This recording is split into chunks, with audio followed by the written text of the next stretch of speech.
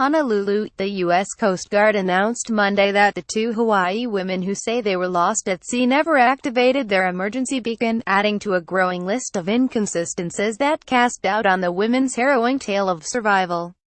U.S. Coast Guard spokesman Lt.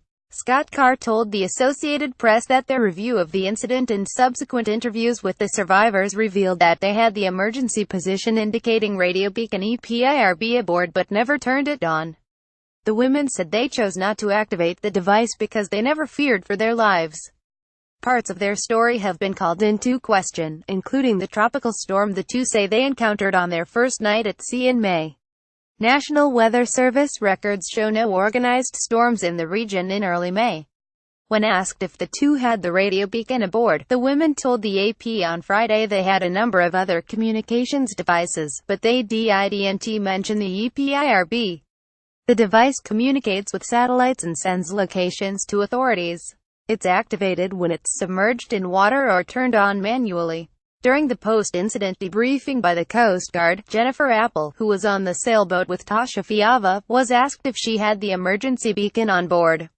Apple replied she did, and that it was properly registered.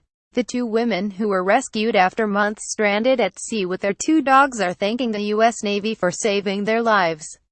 Jennifer Apple, Tasha Fiava and their dogs arrived in Okinawa, Japan on board the USS Ashland on Monday. We asked why during this course of time did they not activate the EPIRB. She had stated they never felt like they were truly in distress, like in a 24-hour period they were going to, said Coast Guard spokeswoman Petty Officer 2nd Class Tara Mall, who was on the call to the AP with Carr. Carr also said the Coast Guard made radio contact with a vessel that identified itself as the Sea Nymph in June near Tahiti, and the captain said they were not in distress and expected to make land the next morning. That was after the women reportedly lost their engines and sustained damage to their rigging and mast. Experts say some of the details of the women's story do not add up. A retired Coast Guard officer who was responsible for search and rescue operations said that if the women used the emergency beacon, they would have been found. COGUEDAAP if the thing was operational and it was turned on, a signal should have been received very quickly that this vessel was in distress, Philip R. Johnson said Monday in a telephone interview from Washington State. Emergency Position Indication Radio beacons, or EPIRBs, activate when they are submerged in water or turned on manually and send a location to rescuers within minutes. The beacons are solid and built to be suddenly dropped in the ocean. Failures are really rare, Johnson said, but added that old and weak batteries also could cause a unit not to work. It's not clear if the pair had tested it before the journey. The women also said they had 6 forms of communication that all went dead. There's something wrong there, Johnson said. He knows of cases in remote Alaska where a ship in distress just using one form of beacon brought a fairly quick response from nearby fishing boats and the Coast Guard.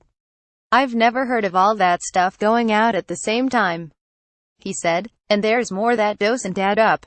Key elements of the women's account are contradicted by authorities, weather reports and the basic geography of the Pacific Ocean. The discrepancies raised questions about whether Apple and her sailing companion, Tasha Fiava, remember the ordeal accurately or could have avoided disaster. The Hawaii residents reported that their sailing equipment and engine failed and said they were close to giving up when the U.S. Navy rescued them last week, thousands of miles off course. They were taken to Japan, where they didn't immediately respond to an email and call seeking comment Monday. Mass Communication Specialist 3rd Class Jonathan Clapp, the Navy said they do not investigate incidents like this and they were only there to render assistance. The Coast Guard said its review of the case is ongoing, but that there is no criminal investigation at this time. The two women met in late 2016, and within a week of knowing each other decided to take the trip together. Fiava had never sailed a day in her life. They planned to take 18 days to get to Tahiti, then travel the South Pacific and return to Hawaii in October. On their first day at sea, May 3, the two U.S. women described running into a fearsome storm that tossed their vessel with 60 miles per hour winds and 30-foot seas for 3 days, but meteorologists say there was no severe weather anywhere along their route during that time. After leaving, we got into a Force 11 storm, and it lasted for 2 nights and 3 days, Apple said of the storm they encountered off Oahu. In one of the first signs of trouble, she said she lost her cell phone overboard.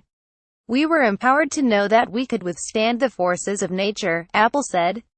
The boat could withstand the forces of nature. But the National Weather Service in Honolulu said no organized storm systems were in or near Hawaii on May 3 or in the days afterward. Archived NASA satellite images confirmed there were no tropical storms around Hawaii that day. The PERS said they thought about turning back, but the islands of Maui and Lanai Didnt have harbors deep enough to accommodate their sailboat. At 50 feet long, the vessel is relatively small, and both islands have harbors that would have accommodated them. Plus, the Big Island, the southernmost island in state, has several places to dock. I had no idea that we were going to be in this thing for 80 solid hours, Apple said of the storm of which there is no record. Still, they pressed on. Days later, after parts of their mast and rigging failed, they sailed up to another small island, still with a working motor, but decided against trying to land, believing the island was mostly uninhabited with no protected waters. Mass communication specialist third-class Jonathan Clay it is uninhabited. They only have habitation on the northwest corner and the reef was too shallow for us to cross in order to get into the lagoon, Apple said. But Christmas Island, part of the island nation of Kiribati, is home to more than 2,000 people and has a port that routinely welcomes huge commercial ships. We could probably nurse it down to the next major island in Kiribati, Apple said. Then we'll be able to stop there and seek safe haven and get up on the mast and fix it. The island has at least 2 airfields, and women had flares aboard to alert people on land. Plus, its widest point spans about 30 miles, a day's hike to safety from even the most remote area. When asked if the small island would have been a good place to land and repair their sails, Apple said no. Kiribati, one whole half of the island is called Shipwreck Beach for a reason. Christmas Island has a place called Bay of Rex on its northeast side.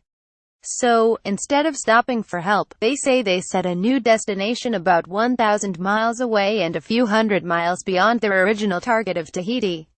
They were headed to the Cook Islands. We really did think we could make it to the next spot, Apple said. Then, they say, another storm killed their engine at the end of May. More than 5 months after they departed, they were picked up in the western Pacific about 900 miles southeast of Japan and thousands of miles off course. The 2 women and their dogs were all in good health when picked up by the U.S. Navy.